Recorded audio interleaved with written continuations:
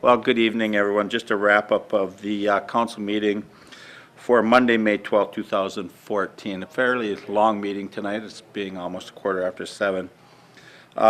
We did have a proclamation this evening, Mental Health Week in the city of Grand Rapids from May 12th to the 18th.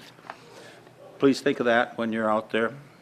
It's an issue that's ever growing, and we would ask that people be observant and take that opportunity to educate yourself on what the impacts from a mental health standpoint are on if you've got somebody in your family or residents in there, and what you can do to help support the advancement and the increased knowledge and awareness that we have as a city around mental health issues. Public forum this evening, we had, well, we normally don't have a lot of folks come in for public forum. This evening we did. Beth George was in looking at an alternative route.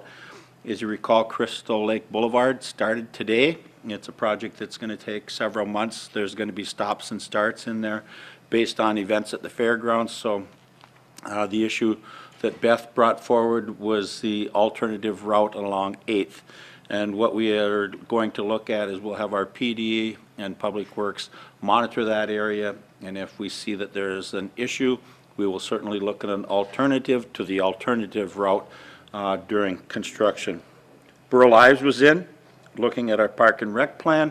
He had some issues there, and it's well, we certainly understand from, he calls himself a motorhead standpoint.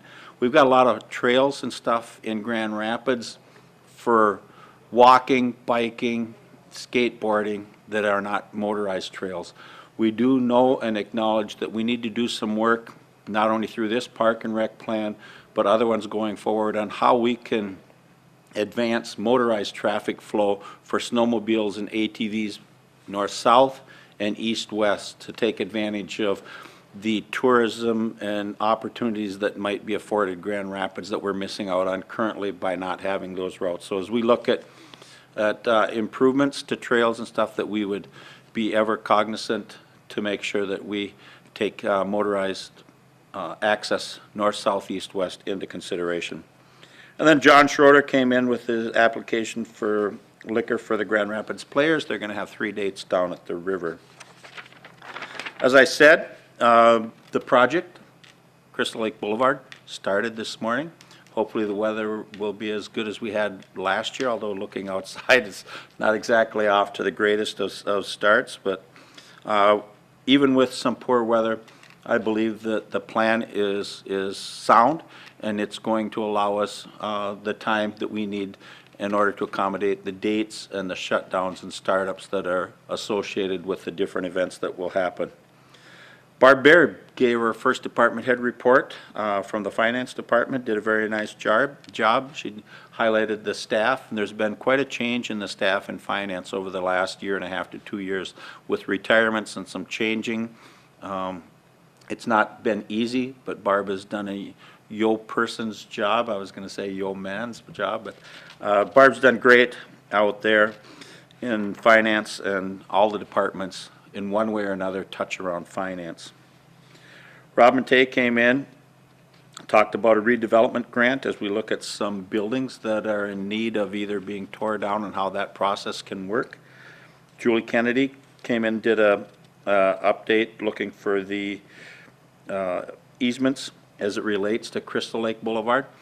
So we finalized payment of some of the easements. We still have 2 outstanding easements that should happen within the next 1.5 weeks. AJ Morris looked for quotes for a specific vehicle that's a first response vehicle to almost every, well, not almost, but to all fire incidents out there, and then it would call back and say what else they need from the standpoint of equipment. Out at the golf course, the restroom project is going to be getting out underway fairly soon, so we look forward to that. With regrets, Bill Giese retiring from the police department. He's our K-9 officer. We accepted some grants looking at arts and culture. That's about a $47,725 plan that we're moving into. And Blandon, Iron Range Resource, IEDC, and now the City of Grand Rapids from our general fund is going to come up with the total amount to move arts and cultures forward in the city of Grand Rapids. Tom Pagel gave overview of the resolution that was accepted unanimously by the City of Grand Rapids City Council of looking at a local sales tax, how those monies would be used. And I would encourage folks out there to take a look and find out where a meeting is. If you've got a group that do not fully understand what we're looking at and why we're looking at a local sales tax, please give us a call at City Hall. Myself, Tom, anyone on the council would be more than happy and come and talk to you as an individual or as a group on how and why and what the impacts going down the road are from a local sales tax standpoint. Had 2 public hearings this evening. One was to authorize a wine, strong beer, and 3-2 beer for the soon-to-be Keith's Old River Pizza that's going to be coming into town. And the other was to adopt a resolution with a vacation of a portion of the platted right-of-way on Block 21 in Grand Rapids, which is out on Highway 2 and 8th Avenue over by Hernisman's and Budget Host, as that property is looking at being redeveloped. We paid the bills, and Julie Kennedy finished off with a stormwater public hearing meeting. We're required as a Class 4 city to have that every year.